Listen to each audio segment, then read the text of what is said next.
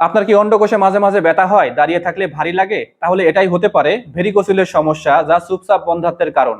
ভেরিকোসিলের কিছু লক্ষণ রয়েছে, যেমন অন্ডকোষে ব্যথা বা অস্বস্তি, হালকা টান টান ব্যথা, দাঁড়িয়ে থাকলে ব্যথাটা বাড়ে, শুয়ে থাকলে তখন কমে যায় এবং রগগুলা ভেসে যায়, দেখা যায় এই রগটা অনেক সময় কেঁচোর মতো মোটা দেখা যায়, আপনি হাত দিলে বুঝতে পারবেন আপনার রগটা ফুলে গেছে।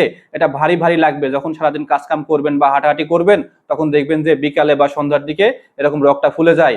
এবং এর দীর্ঘদিনের সমস্যা আপনার মধ্যে থাকলে তখন এটা আপনার টেস্টিসটা বা অন্ডকোষটা ছোট হয়ে যেতে পারে, দুইটাই ছোট ছোট হয়ে যেতে পারে। অনেক সময় বাচ্চা কাচ্চা হতে ঝামেলা হয়।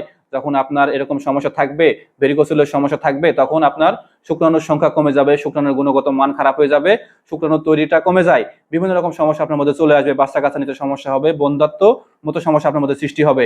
তাই যারা এখনো বসে আছেন, সুচিকিৎসা নিচ্ছেন না, অতি দ্রুত সুচিকিৎসা নিয়ে নেবেন, কারণ সময় মতো চিকিৎসা নিলে 90% ক্ষেত্রে সমস্যা সমাধান সম্ভব। তাই অবহেলা করবেন না, অবশ্যই সুচিকিৎসা নেবেন। সকলে ভালো থাকুন। আসসালামু আলাইকুম রহমতুল্লাহ।